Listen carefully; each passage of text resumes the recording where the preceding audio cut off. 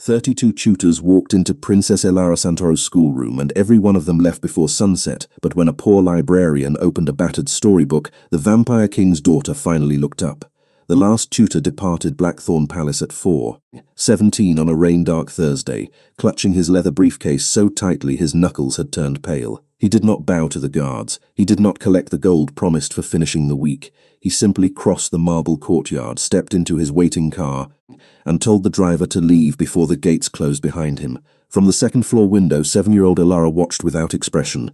She sat in a room filled with every book money could buy, every map printed on silk, every educational instrument imported from Europe, yet the desk before her remained untouched. A silver pencil rested exactly where the previous tutor had placed it. An arithmetic book lay open to the first page. Not one answer had been written. Behind her, the tall windows trembled under the rain. The palace staff had learned not to speak about the tutors within Elara's hearing. 32 professionals in 11 months. Historians, linguists, scientists, music teachers. Even a child psychologist from Boston who had lasted 3 hours before quietly requesting transportation back to the airport.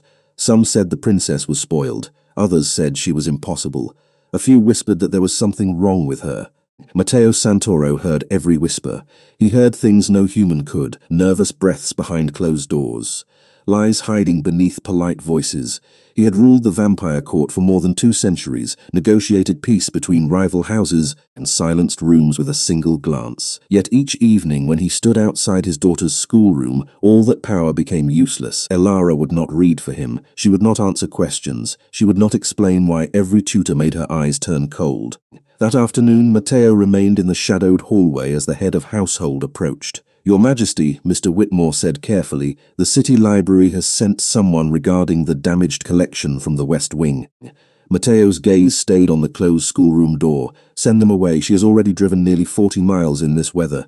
A pause followed. Few people dared continue after Matteo gave an order. Whitmore lowered his voice. "She says the books must be returned by hand because several are too fragile for ordinary transport." Matteo finally looked at him. She, Naomi Carter, assistant librarian, Hawthorne Public Library. 10 minutes later, Naomi stood beneath the palace's vaulted entrance, rain glistening on the shoulders of her faded navy coat. She looked nothing like the people usually summoned to Blackthorn. Her shoes were clean but worn at the edges. Her brown hair had escaped its simple knot in damp strands around her face. She carried a wooden crate against her chest with both arms, protecting it as though it held something alive. Naomi had expected a historic estate, perhaps a wealthy collector, perhaps an eccentric family with too many locked rooms. She had not expected guards who never seemed to blink. She had not expected the unnatural stillness in the air, and she certainly had not expected Matteo Santoro. He appeared at the top of the staircase without announcement, dressed in black, his face strikingly pale beneath the amber lights. He looked no older than his mid-30s, but his eyes carried the cold patience of something ancient. Naomi felt the weight of his attention settle over her. Still, she did not drop her gaze. "Mr. Santoro," she said, adjusting the crate, "these books belong to your family collection. 3 suffered water damage. I repaired what I could." Matteo descended one step at a time. "You drove here for books." "For rare books," Naomi replied. "They deserve the effort." Before he could answer, a small sound came from the upper hallway. A door had opened. Elara stood there barefoot in a dark blue dress, her pale face unreadable, her grey eyes fixed on the crate. Whitmore stiffened. 2 maids stopped moving. Matteo turned toward his daughter. But Naomi noticed something everyone else missed. Elara was not looking at the adults. She was looking at the corner of an old green book visible beneath the protective cloth. "You recognize it," Naomi said softly. Matteo's attention snapped back to her. No one addressed Elara without permission. Naomi seemed not to notice. She lowered the crate to the floor, knelt and gently lifted out the worn book. Its cover showed a silver fox standing beneath a painted moon. Elara took one silent step closer. This was almost ruined, running her thumb near the repaired spine. But some stories are stubborn. They survive. The child's eyes flickered. It was the first reaction Matteo had seen all day. Naomi sat on the lowest stair instead of approaching her. She opened the book, not to the beginning, but to a page near the middle. The fox had crossed 99 miles of winter, she read, her voice calm and warm, but he stopped at the 100th because he heard someone crying behind a locked door. Elara moved closer. One step, Then another. Matteo did not breathe, though he had not needed breath in centuries. Naomi continued reading as if nothing extraordinary were happening. She gave the fox a brave voice, the owl a nervous one, and the moon a whisper so soft that Elara descended the staircase just to hear it. By the time Naomi reached the bottom of the page, the princess stood 3 feet away. "Then what?" Elara asked, 2 words, barely louder than the rain. But they struck the palace like thunder. Whitmore's hand rose to his eyes, filled with tears. Matteo went perfectly still. His daughter had not asked a tutor a question in almost a year. Naomi looked up at Elara, not shocked, not triumphant, simply "A tat depends," she said. "Do you think the fox opens the door?" Elara glanced at the book, then at Naomi. Slowly she sat on the stair beside her. High above them, the ancient clock marked 4:32. 15 minutes had passed since the 32nd tutor fled. Matteo watched his daughter lean toward the poor librarian, waiting for the next line, and for the first time in longer than he cared to admit, the Vampire King felt something more frightening than anger. He felt hope. Naomi did not notice the silence behind her until the story ended. She closed the green book carefully, keeping one finger between the pages, and looked at Elara. "Do you want to hear what happens next?" The girl studied her with solemn grey eyes. "Not if you change the voices." Naomi smiled. "The owl stays worried. Moon keeps whispering." Elara nodded once, as if accepting the terms of a serious agreement. Across the entrance hall, Matteo Santoro stood motionless beside the staircase. He had watched diplomats surrender with less caution than his daughter had used before sitting next to Naomi. For 11 months, Elara had rejected every lesson placed before her. She had closed books, ignored questions, and stared through polished instructors as though they were glass. Yet now she leaned close enough to see the faded illustrations, waiting for a librarian in a rain-damp coat to turn the page. Naomi read on. Her voice changed with each character, never becoming theatrical, never forcing Lance's breathe. When the fox reached the locked door, Naomi stopped. "What do you think is behind it?" Elara frowned at the picture. "Someone who does not want to be found." "Maybe," Naomi said.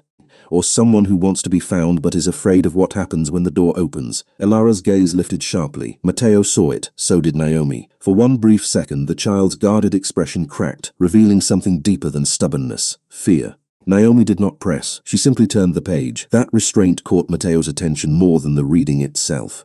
Every tutor had tried to correct Elara, diagnose her, or win her approval. Naomi did none of those things. She treated the girl's silence as something worthy of respect. By the time the fox discovered a tiny bird hiding in the dark room, the rain had softened against the windows. Elara's shoulders had lowered. Her hands, which had been clenched in her lap, now rested open beside the book. "Why was the bird hiding?" she asked. "Because everyone kept telling her what kind of song she should sing," Naomi answered. She began to think her own voice was wrong. Elara looked toward Matteo. The glance lasted less than a second, but it carried a weight that settled heavily in the space between father and daughter. Matteo felt it like winter entering an open room. He had ordered tutors to teach royal history, ancient law, mathematics, languages, and court tradition. He had given Elara everything a future heir might need. He had never asked what she wanted to learn. Naomi reached the final page of the chapter and closed the book. Elara immediately placed one small hand over the cover. "You are stopping. I need to return to the library before the roads flood. Stay." The word was quiet, but it was not a request Elara made often.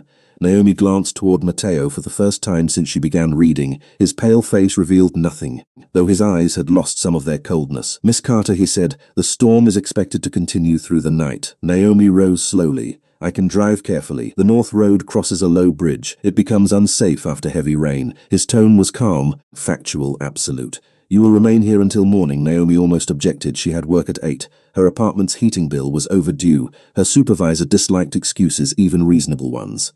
But Elara was still holding the book as though letting it go would close something more important than a cover. "I can call the library," Naomi said. Matteo gave a slight nod. Whitmore appeared at once, ready to arrange everything. Elara stood beside Naomi.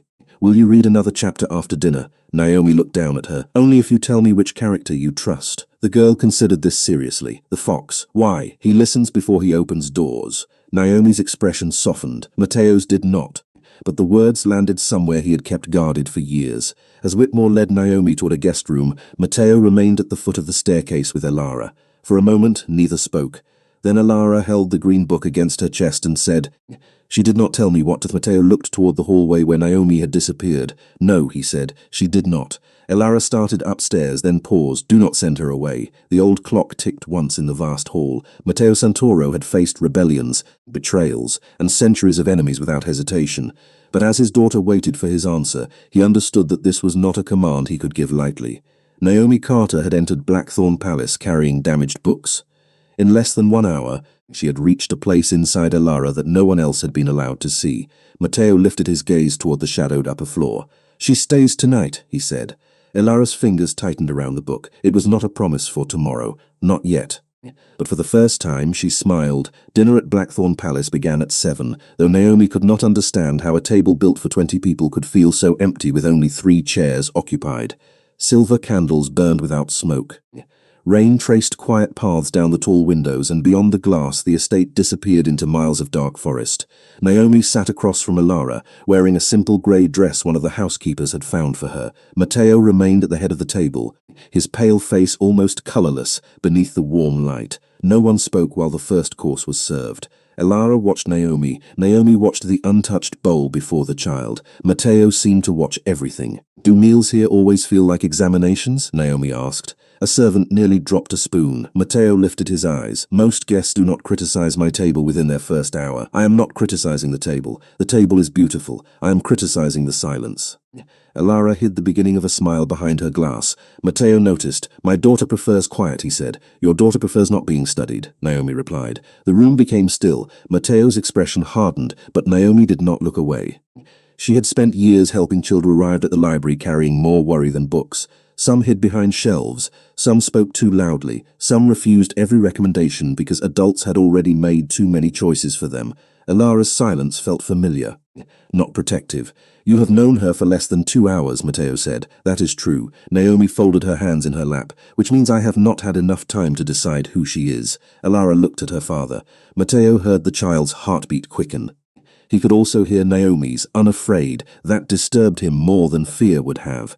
For 214 years, Matteo Santoro had ruled through restraint. He had inherited a divided vampire court and turned it into an order strong enough to survive the modern world. His decisions shaped fortunes. His signature could end old disputes or open new borders. Governors returned his calls. Business leaders waited months for 10 minutes of his time. In every room except this one, his authority was unquestioned. Elara had changed that without ever raising her voice. After her mother died 4 years earlier, the child had retreated by inches. First, she stopped playing the West Garden. Later, she stopped entering the bet stories, lessons, celebrations, and every adult who arrived carrying a plan to improve her. Matteo answered grief the only way he knew. He built schedules, hired experts, filled the palace with resources. Each new tutor made Elara quieter. 32, Naomi said. Matteo's gaze sharpened. What? 32 tutors? Mr. Whitmore mentioned the number while showing me to my room. He should not have. Was Elara allowed to choose any of them? Matteo set down his glass. They were selected for their qualifications. That was not my question. The servant stared at the floor. Elara stared at Matteo. For the first time in years, the king felt cornered at his own table. No, he said at last. Naomi nodded, not with victory but understanding. Then perhaps she was not refusing education. Perhaps she was refusing another decision made without her. Matteo looked toward his daughter. Elara's eyes had lowered to the tablecloth. One small finger traced the embroidered edge. Is that true? He asked. She did not answer. The old frustration rose inside him, cold and immediate. He could command an entire court with 3 words. Yet he could not force a single honest sentence from his child without risking another closed door. Naomi reached for the green storybook beside her chair. She did not open it. She simply placed it on the table between them. The fox waited outside the locked room, she said. Elara looked up, because he knew the bird would not come out if he demanded it. Matteo understood the message. He leaned back slowly. Then what did he do? Naomi turned to Elara. The question belonged to her. The girl studied her father for a long moment. He stayed, she whispered. He let her know he was still there. Matteo's face remained calm, but something ancient and guarded shifted behind his eyes. He had given Elara teachers, security, and every comfort wealth could purchase. He had stood outside her door night after night, believing his silence was patience. Perhaps she had only heard distance. I am still here, he said. Elara's fingers stopped moving. Naomi lowered her gaze, giving them the privacy of not being watched. After several quiet seconds, Elara untouched bowl aside and reached across the table. Her hand did not quite reach Mateo's. He extended his own and closed the distance. Her small fingers rested in his pale palm. No one in the dining room moved. Outside, thunder rolled beyond the hills. Mateo looked at Naomi, and for the first time his expression held no command, only a question he did not yet know how to ask. Naomi understood anyway. Power had taught him how to protect a kingdom. It had never taught him how to reach his daughter. The storm passed some time before dawn, leaving Blackthorn Palace wrapped in silver fog. Naomi woke in the east guest room to the distant sound of a piano playing one careful note at a time. She dressed quickly, folded the borrowed grey dress across the chair, and followed the music through a corridor lined with portraits. Every painted face seemed to watch her pass. At the end of the hall she found Elara alone in a small music room, seated before a black grand piano. The child pressed one key, waited, then pressed another. "I thought you stopped playing," Naomi said from the doorway. Elara did not turn. "I did. That sounded like playing. It was listening." Naomi entered but stayed several feet away. Morning light rested against Elara's pale cheek and made the dust above the piano shimmer. "What are you listening for?" Naomi asked. Elara touched a low key. The note moved through the room like distant thunder, the sound after the sound. Naomi waited until the echo disappeared. Most people forget that part. My mother did not. There it was. The first mention of the Queen. Naomi kept her expression gentle. "Did she teach you?" "She used to sit there." Elara pointed to the empty bench beside her. She said music needed space or it could not breathe. Naomi sat in a chair near the window instead of taking the place Elara had indicated. "She sounds wise." Solara's fingers hovered above the keys. "Everyone says that. They speak about her as if she belongs to the palace now. Like a painting, like a statue." Her voice became smaller. "They do not speak about how she laughed when she burned toast." Naomi felt the truth settle between them. Elara had not lost only a mother. She had watched an entire household turn a living woman into a perfect memory no child could reach. "What else did she do badly?" Naomi asked. Elara looked at her as though no one had ever dared ask such a question. "She sang too loud." "Good. She forgot appointments." Even better, tiny smile appeared. "She cheated at cards." Naomi placed a hand over her heart. "That is serious." Elara laughed. The sound was soft, startled, and gone almost at once, but Mateo heard it from the hallway. He had approached without footsteps, drawn by voices he could recognize from across the palace. Now he stood beyond the open door, unseen, listening as his daughter remembered her mother without crying. "Why did you stop playing?" Naomi asked. Elara looked down at the keys. "The tutors corrected me. That is usually their job. They said I held my hands wrong. They changed the songs. They said Mother taught me old methods." Her shoulders tightened. Every time they fixed something, it sounded less like her. The lessons had not felt like education. They had felt like erasure. She moved closer but did not touch the piano. "Then do not play for them." Elara frowned. "Father says I need instruction." "Your father is responsible for preparing you for many things. That does not mean every room must become a classroom." Mateo's eyes narrowed in the hallway, though not from anger. Naomi continued, unaware he was there. "Some things should remain yours." Elara studied the keys. "Could you teach me?" "Then what can you teach?" Naomi considered the question. How to find answers, how to ask better questions, how to know when a book is telling the truth and when it is only pretending, how to repair a torn page, how to read a story without letting someone else decide what it means. Elara turned fully toward her. "That is more than the others taught." Mateo stepped into the room. The air changed instantly. Elara's smile vanished, and Naomi saw the transformation happen. Her back straightened, her hands folded. The child disappeared behind the princess. Mateo saw it too. "You do not have to stop," he said. Elara stared at him. "You came to check." "I came because I heard you laugh." His voice was quieter than Naomi had heard it before. "I wanted to remember the sound." Elara looked uncertain, as though she had expected correction and did not know what to do with honesty. Mateo approached the piano, then stopped beside the empty bench. "Your mother never held her hands correctly," he said. Elara blinked. "You knew?" She refused to learn. A faint warmth touched his ancient expression. She said correct music was often boring. Elara's eyes brightened. Mateo sat on the bench, leaving space between himself and the child. He placed one finger on a key and played the wrong note.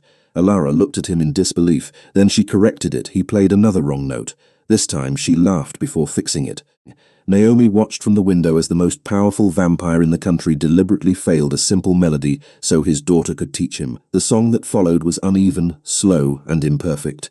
It was also the first music Blackthorn Palace had heard from Elara in 4 years. When it ended, Matteo looked toward Naomi. "Miss Carter, the roads are clear." Elara's face fell. Naomi stood, believing the morning had reached its natural end. Then Matteo added, "But the West Library has not properly catalogued in decades. I am told that requires professional attention."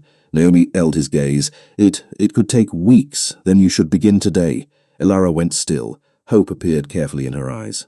Naomi looked from the child to the king and understood that the offer was not really about books. Matteo Santoro was asking her to stay without admitting he needed help. Before Naomi could answer, a bell sounded from deep inside the palace. Once, twice, then a third time. Matteo rose immediately, every trace of warmth leaving his face. "What does that mean?" Naomi asked. His eyes turned toward the western corridor. "Someone has opened a room that has been sealed since my wife died." Matteo moved before the third bell finished echoing. Elara slid from the piano bench, but he turned with one look that stopped her at the doorway. "Stay here." The warmth from moments earlier had vanished. His voice carried the quiet authority of a ruler, yet beneath it Naomi heard something sharper. Fear. "I am coming with you," Naomi said. Matteo faced her. "The opened room is connected to the library you just asked me to catalogue. That offer can wait. The bell cannot." For several seconds neither moved. Elara watched them with both hands pressed against the green storybook. Matteo could have ordered Naomi back to the guest room. Everyone in Blackthorn Palace would have obeyed. Naomi Carter, however, stood in borrowed shoes and met his ancient gaze as though he were only a worried father standing outside a locked door. "Remain behind me," he said at last. They crossed the western corridor while the palace awakened around them. Guards appeared at each intersection.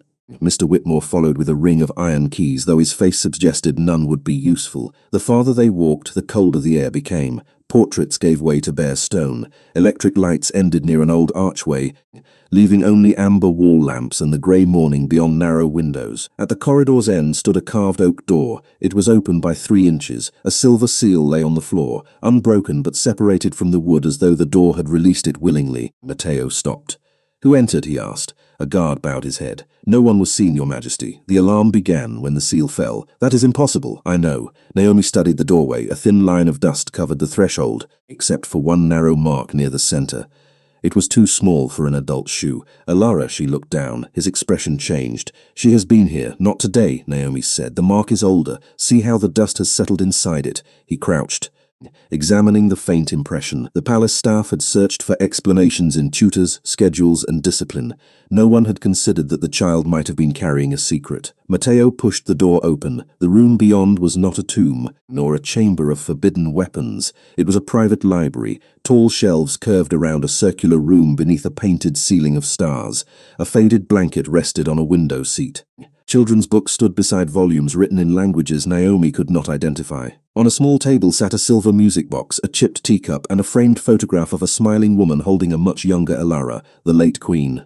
Dust covered almost everything, but a path crossed the floor from the entrance to the far shelves. Someone had visited more than once. Matteo entered slowly. "This room belonged to my wife." His voice sounded distant. "She sealed it herself before she died." Naomi approached the nearest shelf without touching it. Several books had been pulled forward. One was the same series as the green book Elara had held downstairs. The next volume was missing. "The book I repaired came from here," Naomi said. Matteo turned toward her. "It was found in the west wing after a pipe broke last month. It was not left there by accident." Naomi followed the dust path to the window seat. Beneath the blanket she found a small stack of paper tied with blue ribbon. The top sheet was covered in a child's careful handwriting. "Dear Mother, today Father hired another tutor. He says it is for my future, but no one asks what I remember." Naomi did not read further. She held the letter out to Matteo. He stared at it but did not take it. His pale face seemed carved from stone. "How many?" he asked. Naomi lifted the blanket. There were dozens, some written in pencil, some in ink, some on pages torn from school notebooks. Elara had been writing to her mother for years. "She came here to speak where no one could correct her," Naomi said. Matteo finally accepted the top letter. His hand remained steady, but the paper trembled between his fingers. At the bottom of the stack lay a small brass key and a note in different handwriting. Matteo recognized it immediately. I opened the folded page. The message contained only one sentence. "When Elara is ready to hear my true voice, open the cabinet behind the stars." Naomi looked up at the painted ceiling. One star, directly above the far wall, was brighter than the rest. Beneath it stood a narrow cabinet hidden between 2 shelves. Matteo crossed the room and inserted the brass key. The lock opened with a soft click. Inside were 24 sealed envelopes, each marked with a year of Elara's life. The first 7 bore dates from birth through childhood.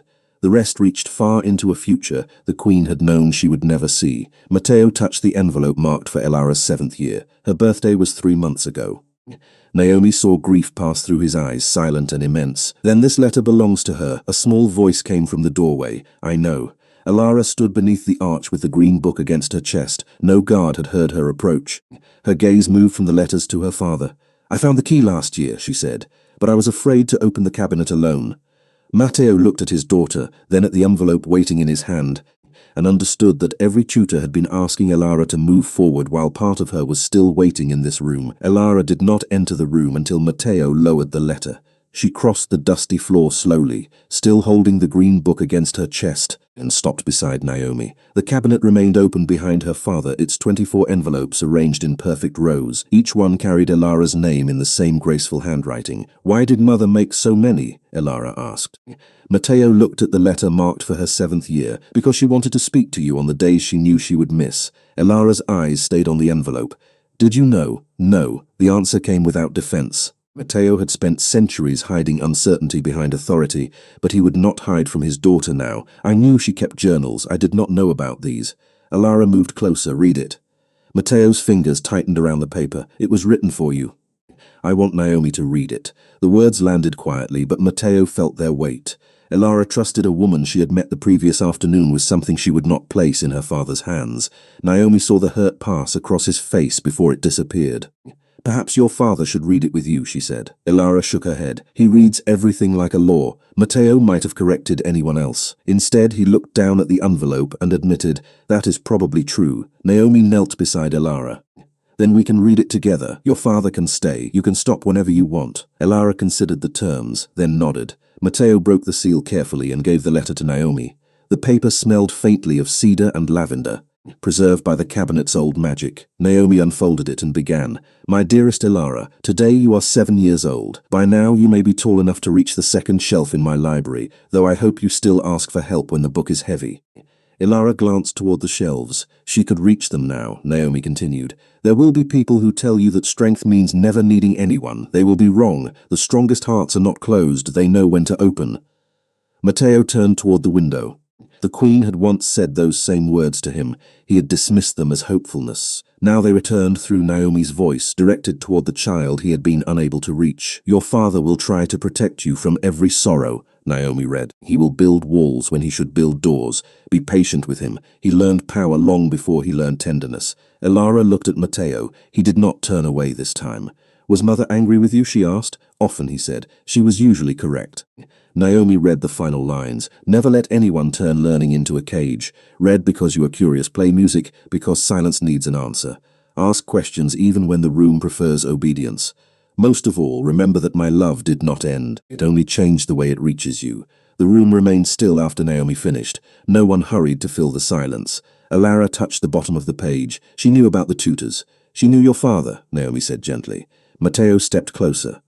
I thought lessons would give you structure. Elara looked at him. They took her away. I understand that now. Do you? Her voice did not rise, but the question carried 4 years of loneliness.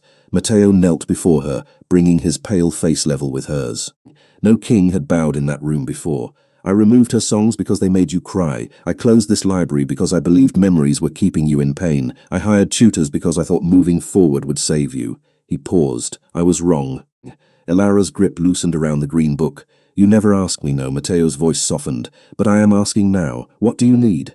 Elara looked at the cabinet, the piano room beyond the corridor, and the letters waiting for years not yet lived. I want this room open. It will remain open. I want to choose with guidance. She frowned.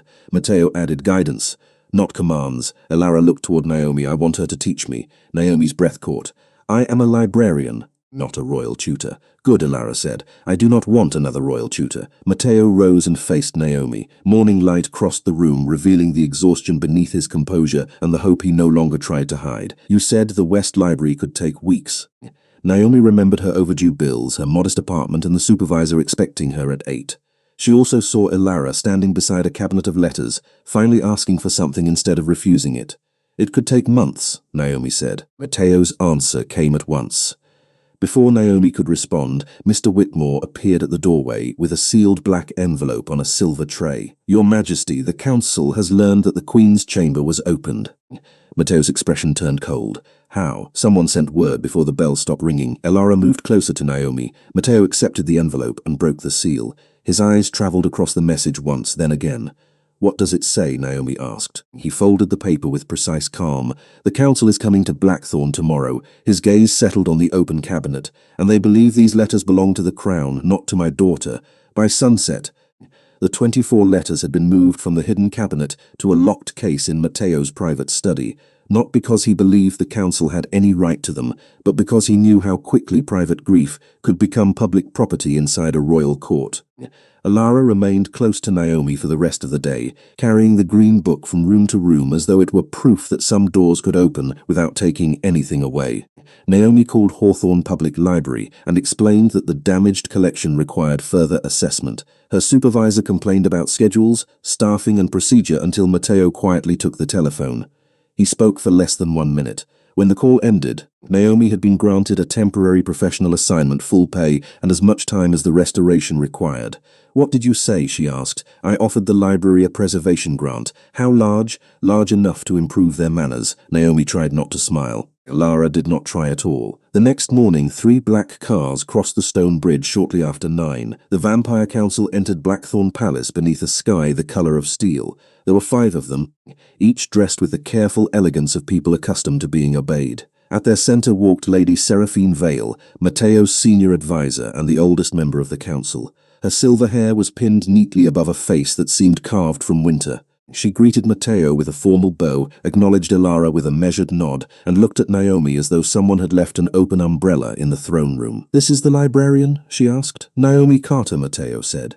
"She is here at my invitation." A human invitation can be withdrawn. Matteo's eyes cooled. The council gathered in the long chamber overlooking the western gardens. Naomi had expected a throne, but Matteo stood at the head of a plain black table. Elara sat beside him, her feet not quite touching the floor. Naomi remained several steps behind the child, close enough to be seen and far enough not to claim a place she had not been given. Lady Seraphine placed both hands on the table. The late Queen's writings may contain matters of succession, treaties, bloodline law, and private agreements with other houses. Under Article 12, all royal documents belong to the Crown Archive. They are birthday letters to my daughter, Matteo replied. "You do not know that. I opened one. Then the seal has already been compromised." Elara's fingers closed around the edge of her chair. Naomi noticed before anyone else. "The letter was addressed to her," Naomi said. Every face turned. Seraphine's expression barely changed. "You were not invited to speak." "She was," Elara said. The room became still. Elara's voice was quiet, but she did not look down. "I invited her." Seraphine studied the child. "Your Highness, affection does not determine ownership." Naomi felt Elara retreat behind her silence again. She stepped forward 1 pace. "Neither does fear, Miss Carter," Matteo warned softly, though there was no anger in his tone. Naomi looked at him then at the council. "You are treating the letters as secrets before reading them. That means you are not protecting the crown. You are protecting yourselves from what the Queen might have said." One council member shifted in his chair. Another looked towards Seraphine. The reaction was small, but Matteo saw it. "What do you expect the letters to reveal?" he asked. Seraphine answered too quickly. "Nothing." Matteo let the silence lengthen. He had ruled long enough to know that denial often arrived before truth had even entered the room. "Then there is no reason to take them from Elara." Seraphine removed a folded document from her case. "There is another concern. The Queen's library opened after this woman arrived. A sealed cabinet was discovered. Private writings were handled by an outsider. We have testimony suggesting Miss Carter entered restricted rooms without permission." Naomi felt the accusations settle around her. "That is not true. A guard saw you in the western corridor." "Matteo brought me there after the alarm sounded," Seraphine said. But perhaps the alarm was triggered to create that opportunity. Elara stood so suddenly that her chair moved backward. Naomi did not open the room. Seraphine's gaze softened in a way that felt less kind than her coldness. "Children are easily influenced." Matteo's hand came down flat on the table. The sound was not loud, but every candle flame bent toward him. "Choose your next words carefully." Seraphine lowered her eyes. "I mean only that the princess has formed an unusual attachment." "Because Naomi listens," Elara said. Her voice trembled, but she continued. "None of you do." The council members avoided her gaze. Elara reached into the pocket of her dress and placed the small brass key on the table. "I opened the room." Matteo turned toward her. "Elara, I found the key last year. Yesterday morning before the piano, I went there because I wanted to see if the door would open. I left when the bell rang. Naomi understood the footprint. The seal had not fallen because of an intruder. It had recognized the Queen's daughter. Seraphine stared at the key. That is impossible. The chamber was sealed by royal blood. Elara met her eyes. I have royal blood. Matteo looked from his daughter to the council, and something like pride moved through his face. The accusation against Naomi Carter is dismissed. Seraphine gathered the document, but Naomi saw unease beneath her composure. This meeting had never been only about the letters. Someone had informed the council before the palace staff had understood what happened. Someone had been watching the sealed room. As the council rose to leave, Elara reached for Naomi's hand. Lady Seraphine paused at the doorway and looked back at the green book held beneath the child's arm. For one brief second, recognition crossed her face. Then it vanished. Naomi saw it. Matteo saw Naomi see it. And both understood that the council knew far more about the Queen's library than it had admitted. The council departed before noon, but the questions they left behind remained inside Blackthorn Palace. Naomi returned to the late Queen's library with the green book in her hands and Matteo walking beside her in silence. Elara had been taken to the garden by Mr. Whitmore, not as punishment, but because Matteo had asked for 1 hour to examine the room without forcing his daughter to relive every memory at once. Naomi stopped beneath the painted ceiling and looked toward the bright silver star above the hidden cabinet. Lady Seraphine recognized this book, she said. Matteo closed the door behind them. I saw. She tried to hide it. She has spent more than a century hiding things. His voice was calm, but the air around him had become colder. Naomi studied the repaired cover. The silver fox beneath the moon seemed ordinary until she tilted it toward the window. Then a second image appeared in the faded paint, a small crown hidden among the branches. This was not printed by a commercial publisher, she said. It was made by hand. Matteo took the book carefully. My wife wrote stories for Elara, but I believe they were private amusements. This one may be more than that. Naomi opened the back cover. The binding was old, but one section felt thicker than the rest. She reached for a conservation knife from the repair kit Mr. Whitmore had brought, then paused. I need your permission, Matteo nodded. Naomi loosened the inner paper without damaging the spine. A narrow sheet slid free. It contained no letter, only a list of page numbers and a line written, "The truth is safest inside a story, because proud people rarely listen to children's books." Matteo read the sentence twice. She knew someone was watching her. Naomi turned to the listed pages. On each one, a single word had been marked with a tiny silver dot. Fox, winter, door, song, council. Promise. Taken together, the words formed a message. The council promised the winter door would remain closed. Matteo's expression hardened. The winter door was an old name for the Northern Archive. What was kept there? Records from the first covenant between humans and vampires. Naomi felt the scale of the discovery widen. Why would the Queen hide a reference to it in Elara's book? Matteo moved toward a shelf filled with royal histories. Because the council ordered the archives sealed 4 years ago, 1 week before my wife died. Naomi looked at him. Did you agree? I was told the records had been damaged by age. And you believe them? He met her gaze. I trusted people who had served my family for generations. The admission carried more pain than anger. Naomi understood that power did not protect Matteo from betrayal. It only made betrayal more expensive. They searched the room for another hour, following symbols hidden inside illustrations. The moon appeared beside certain sentences. The fox pointed toward shelf numbers. A child's adventure story slowly became a map. At the final marked page, the fox stood before a door made of ice, while a white bird carried a key in its beak. Beneath the picture, the Queen had written a line that did not belong to the printed text. Ask the one who remembers the song after the sound. Naomi went still. Elara. Matteo's eyes lifted. They found her in the west garden beneath a bare maple tree, arranging smooth stones around the edge of a fountain. She looked up as they approached and immediately noticed the book in Naomi's hand. You opened it. Only the binding, Naomi said. Your mother left a message. Elara rose. Did she ever teach you a song about winter? The child's face changed. Not Osm. What was it? A pattern. She tapped 4 fingers against the fountain's stone edge. Slow. Slow. Fast. Slow. She said doors remember rhythm better than keys. Matteo and Naomi exchanged a glance. The Northern Archive stood nearly half a mile from the main palace, beyond an enclosed walkway that had not been used in years. They reached it before sunset, with Elara between them and 2 guards remaining far behind. The archive door was made of dark metal, not ice, but frost covered its surface despite the mild afternoon. 4 silver circles were set into the center. Elara touched them in the pattern her mother had taught her. Slow, slow, fast, slow. The frost dissolved. A deep click sounded within the wall. Matteo placed one hand on the door and pushed. It opened without resistance. Inside, shelves disappeared into darkness, filled with boxes, ledgers, and sealed cases. No dust covered the floor. Someone had been entering regularly. Naomi stepped inside and saw a lantern still warm on a nearby desk. Matteo's gaze moved to an open registry. On the final page, beneath dates spanning 4 years, one name appeared again, and Vale. Elara pointed toward a small wooden box beside the book. The same silver fox was carved into its lid. Matteo opened it. Inside lay the Queen's royal seal, officially reported lost after her death, and a handwritten document bearing the council's mark. Naomi read the first line and felt the room turn colder. By unanimous order, the human education of Princess Elara Santoro must fail until the child willingly surrenders her claim to the mixed covenant. Matteo read the rest in silence. Then he looked at his daughter and the truth became clear. The tutors had not all failed by chance. Someone had chosen them to pressure, isolate, and discourage her. Elara had never been the problem. She had been the target. Matteo closed the wooden box and stood in the center of the northern archive without speaking. The silence around him felt different from the silence at dinner. This one carried judgment. Elara remained beside Naomi, one small hand wrapped around 2 of her fingers. The child had read only the first line of the document, but it was enough. "They wanted me to fail," she said. Matteo turned toward her. "They wanted you to doubt yourself. Why?" He looked at the shelves filled with records older than the country outside the palace walls. "Because your mother believed humans and vampires should be educated together under the same laws." She called it the mixed covenant. Some members of the council believed that promise gave humans too much influence. Naomi opened the registry again, and Elara inherited her claim to continue it. Matteo nodded. If she publicly rejected her education, the council could argue that inside the royal family itself. Elara's face grew still.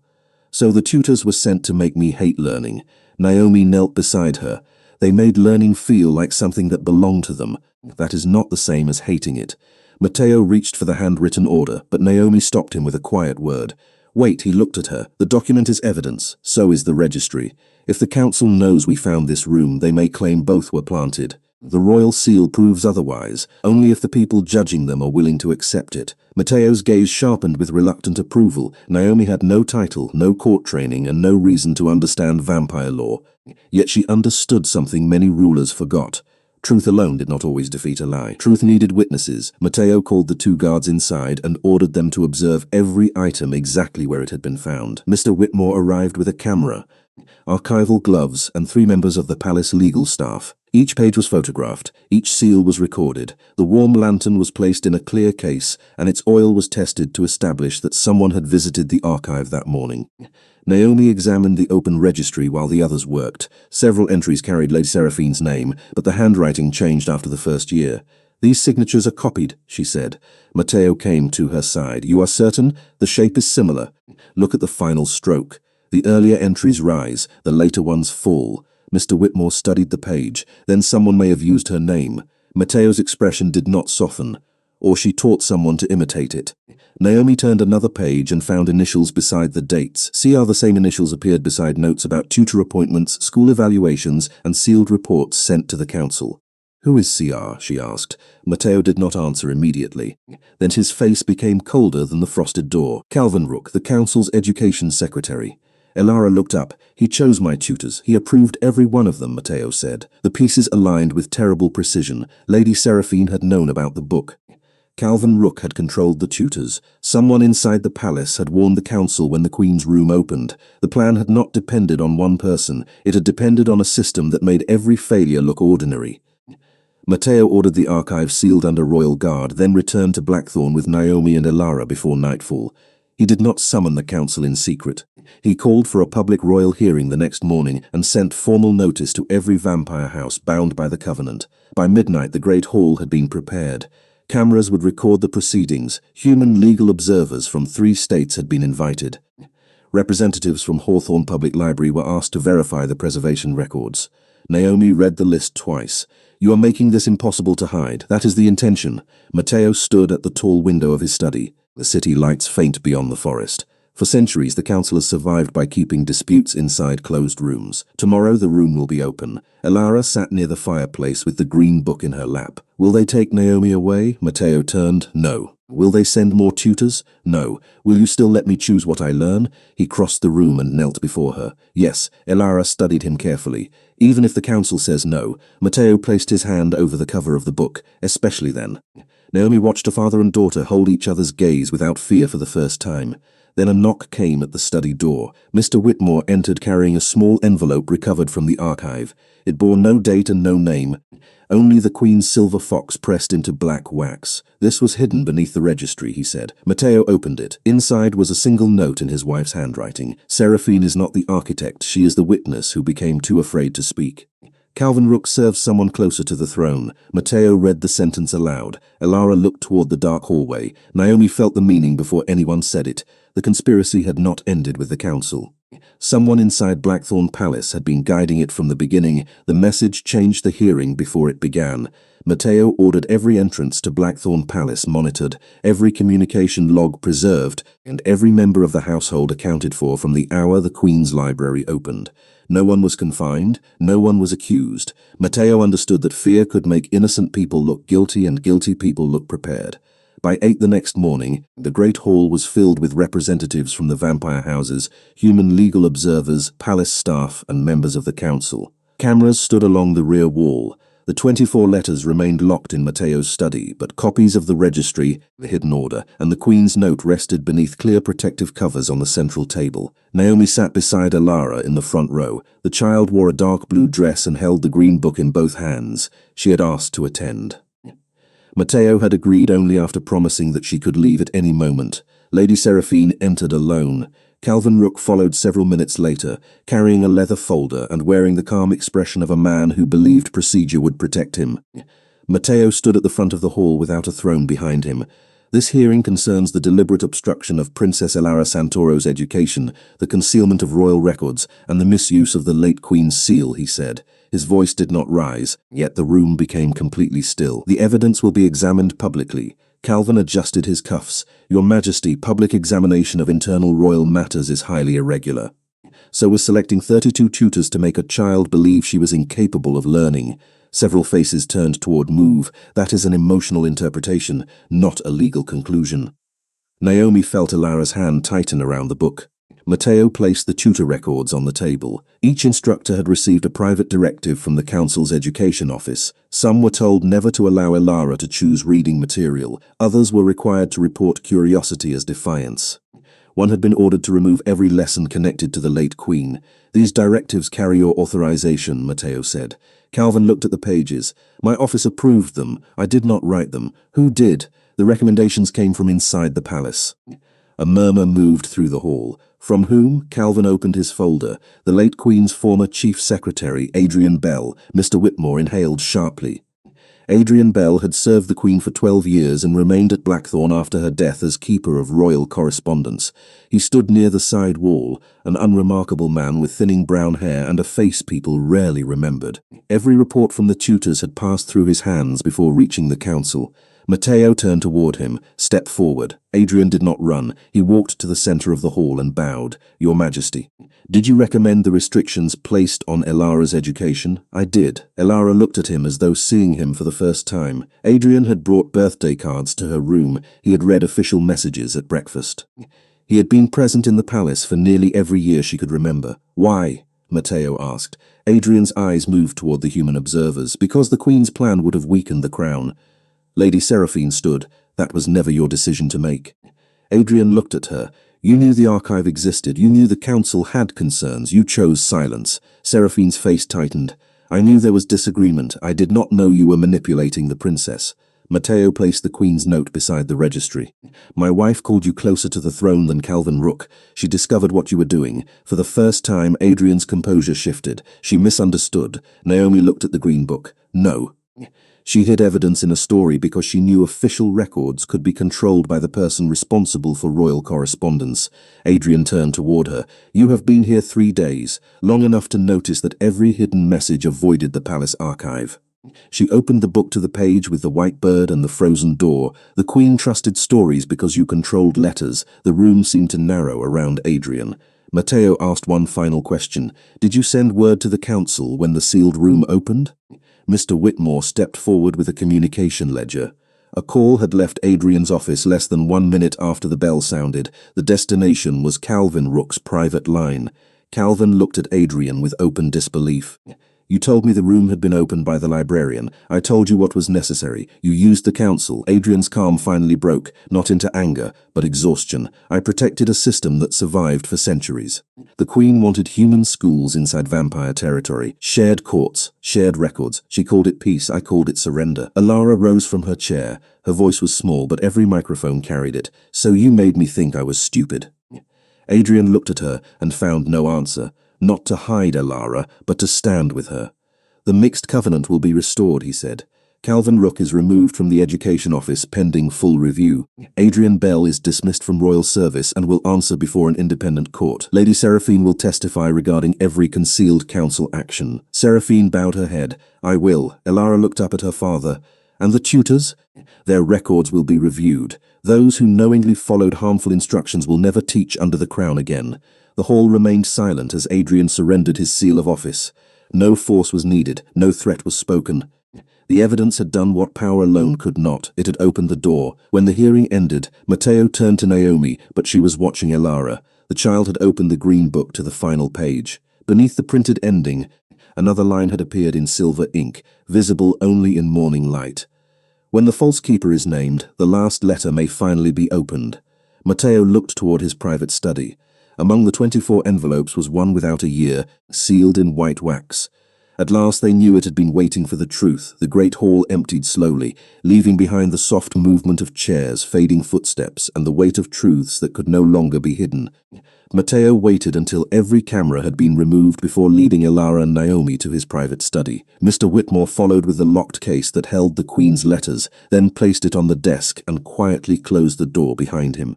For the first time that morning, no council member watched them. No legal observer took notes. No one waited to turn grief into evidence. Matteo opened the case. 24 envelopes stood in careful order, one for each year of Alara's life, and beneath them rested the white envelope that carried no date. Its wax seal bore neither the royal crest nor the silver fox. It carried a simple image of 3 stars. Matteo stared at it. Your mother drew those stars on the first letter she ever sent me, he said.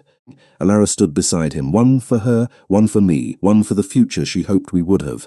Alara touched the edge of the envelope but did not lift it. Then the third one was me. Matteo's voice softened. Yes. Naomi remained near the window, giving them room, but Alara looked back at her. Will you read this one too? Naomi approached. Only if that is what you want. Alara nodded, then placed the envelope in Matteo's hand. You should open it. Matteo broke the white seal with unusual care. Inside were 3 pages and a smaller folded note. He gave the pages to Naomi but kept the note unopened. Naomi began reading. My beloved Matteo and my brave Alara, if you are hearing these words together, then the truth has finally left its hiding place. Matteo closed his eyes for 1 second. Naomi continued. I discovered that Adrian Bell was using his position to weaken the mixed covenant. I also discovered that the council feared scandal more than injustice. Seraphine knew enough to ask questions, but not enough to stop what had already begun. I hid the records because official channels were no longer safe. Alara listened without moving. I did not create these clues because I doubted Matteo's strength. I created them because strength can be surrounded by loyal faces and still be denied the truth. Matteo lowered his gaze. Those words reached him more deeply than any accusation spoken at the hearing. Naomi turned the page. Alara, they may try to teach you that your human heritage makes you less worthy of the vampire crown. They are wrong. Your mother was human. Your father is a vampire. You were never meant to choose which half of yourself deserved love. You were born to prove that the old walls were built by fear, not necessity. Alara pressed a hand against the green book. She knew they would say that about me. She knew they might try, Matteo said, but she also knew you would be stronger than their words. Naomi read on. Matteo, do not prepare our daughter for a lonely throne. Prepare the world to receive the person she chooses to become. Let her learn beside humans. Let her ask questions of vampires. Let her read stories that make old laws uncomfortable. A crown should protect a child's curiosity, not replace it. The study became quiet except for the clock on the mantel. Naomi reached the final paragraph. The mixed covenant was never only a legal agreement. It was a promise that no child would be taught to fear the blood of another. Restore it openly. Place its future in classrooms, libraries, and shared records where no single keeper can bury it again. Then let Alara decide whether she wishes to inherit the work. Naomi lowered the pages. Do I have to? Matteo knelt before her. No, even if Mother wanted it. Your mother wanted you to have the choice, Elara thought carefully. I want to learn about it first. Matteo smiled, faintly but without sadness. That is a wise beginning. He opened the smaller note. It held only 2 lines. For the day you finally listen to each other, play our song badly. Leave room after the last note. Matteo gave a quiet laugh. Elara recognized the words at once and ran, still carrying the green book. Naomi and Matteo followed. He sat beside his daughter on the long bench, exactly where he had sat that morning. Elara placed her fingers on the keys. Matteo played the first wrong note. She corrected him. He played the second one too slowly. She laughed and continued. Naomi stood nearby as the unfinished melody filled the room, imperfect and warm. When the final note faded, no one spoke. They listened to the sound after the sound, just as the Queen had taught Elara. In that silence, Matteo reached for his daughter's hand. Elara reached for Naomi's. The 3 of them remained there while morning light crossed the piano, and the last locked room inside Blackthorn Palace finally opened. In the weeks after the hearing, Blackthorn Palace changed in ways no decree could have achieved alone. The sealed corridors were opened. The Queen's library was cleaned, catalogued, and filled with light. The Northern Archive was transferred to independent preservation teams, with every record copied into both human and vampire repositories, so that no single official could hide the truth again. Matteo signed the restoration of the Mixed Covenant at the same black table where the council had once tried to claim Elara's letters. This time Elara sat beside him by choice. Naomi stood on her other side, wearing the same navy coat she had arrived in, though Mr. Whitmore had quietly repaired the worn seams. The new agreement established shared libraries, scholarship programs, and schools where human and vampire children could study history without being taught to fear one another. Lady Seraphine testified publicly about the council's failures and resigned as senior advisor. She did not ask for forgiveness. She asked to help build safeguards that would make silence more difficult in the future. Matteo accepted her service under strict oversight, not because he had forgotten her fear, but because accountability meant more than removing one person and pretending the system had healed. Calvin Rook was permanently barred from educational office. Adrian Bell faced an independent court, where the evidence was reviewed without royal interference. Every tutor who had taught Elara was investigated. Several had followed harmful instructions knowingly and lost their credentials. Others had been deceived and came forward with records that strengthened the case. Matteo refused to punish them as a group. Naomi noticed that. The king who once answered uncertainty with control had begun to separate justice from anger. Elara noticed too. Her education resumed, but no new tutor arrived with a rigid schedule. Instead, she chose 3 subjects for the first season: music, storytelling, and the history of the Mixed Covenant. Naomi taught her how to compare sources, repair fragile pages, and ask questions that powerful people preferred to avoid. A human science teacher from Boston visited twice each week. A vampire historian came on Fridays and was required to answer Elara's questions before assigning any reading. Matteo attended 1 lesson every Sunday. He was not permitted to interrupt. Elara made that rule herself. The greatest change began in the West Wing. Matteo offered Naomi the position of Royal Librarian and Director of Shared Learning, with responsibility for rebuilding the palace collection and creating public programs across the region. The salary was more than Naomi had earned in several years combined. The title came with rooms at Blackthorn, a staff, an authority to challenge any educational order issued under the crown. Naomi read the contract at the long dining table while Elara watched from across the room. You added a clause protecting librarians from royal interference, Naomi said. Matteo lifted his glass. You have demonstrated that interference may be unwise. You also gave me the right to refuse your requests. That clause was Elara's suggestion. The child looked pleased. Naomi set down the pages. I will accept under one condition. Matteo's expression became cautious. Name it. The restored library must open to the public, not only scholars, not only royal families, anyone who wants to read. Several advisors had warned Matteo that allowing ordinary visitors into Blackthorn would be difficult. Security would need to be redesigned. Ancient collections would require protection. Centuries of tradition would object. Matteo looked at Elara. She held the green storybook against her chest and waited. Agreed, he said. 3 months later, the west doors opened for the first public reading day in Blackthorn's history. Families drove from towns nearly 100 miles away. Human children entered beside young vampires beneath banners carrying the silver fox. Some arrived in expensive cars. Others came in school buses or borrowed trucks. No one was asked about bloodline before receiving a library card. Elara read the first story aloud from the window seat where her mother had once written letters for the future. Her voice trembled at first. Naomi sat nearby without correcting her. Matteo stood at the back of the room, where he could see every face and hear every heartbeat. When Elara reached the final page, she stopped and invited the children to choose the ending. Hands rose across the room. Answers came in different voices, uncertain and bright. Elara listened to each one. Then she looked toward her father. Matteo did not speak for her. He simply nodded. The girl who had once refused every lesson smiled and asked the next question. 1 year after Blackthorn Palace opened its library doors, the silver fox became a symbol across the region. It appeared on library cards, school signs, and the blue buses that carried human and vampire children to shared classrooms each morning. The mixed covenant no longer existed only in old records. It lived in ordinary moments. Children argued over science projects, traded books at lunch, and discovered that curiosity sounded the same in every heartbeat. Elara stood at the center of that change, though Matteo never allowed the court to turn her into a symbol before remembering she was still a child.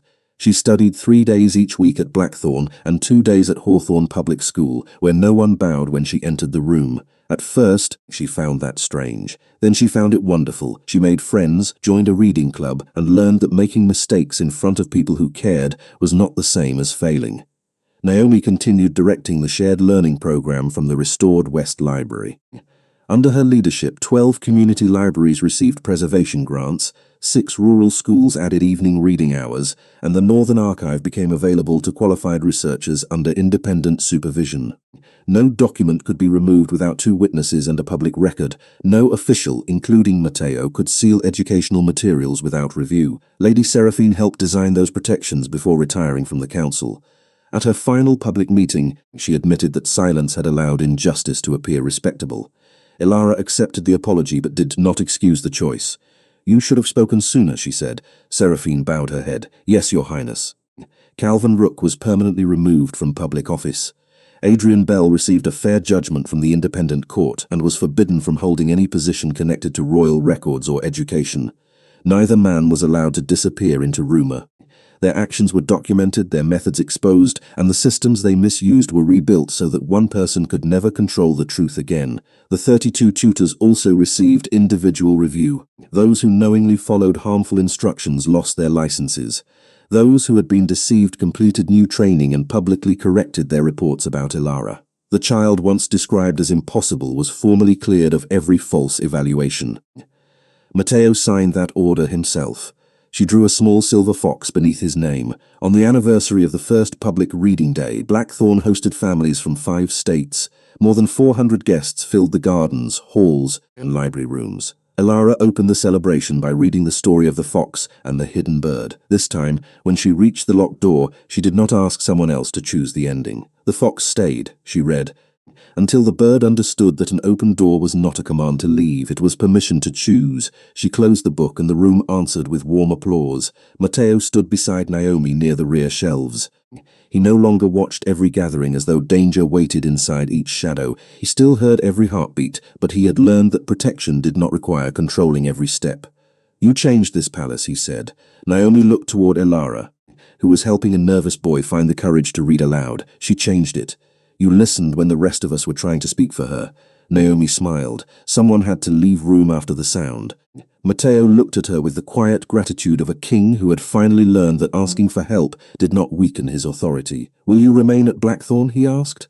Naomi glanced around the library she had restored, at the children filling its tables, and at Elara laughing beneath her mother's painted stars. "As long as the doors stay open, then they will never close again." That evening, after the final bus crossed the bridge and the palace settled into peaceful silence, Matteo, Naomi, and Elara entered the music room. Elara sat at the piano and played her mother's song from beginning to end. Matteo missed one note on purpose. Naomi laughed. Elara corrected him, then let the final note fade naturally into the room. No hidden message appeared. No sealed door waited beyond the hall.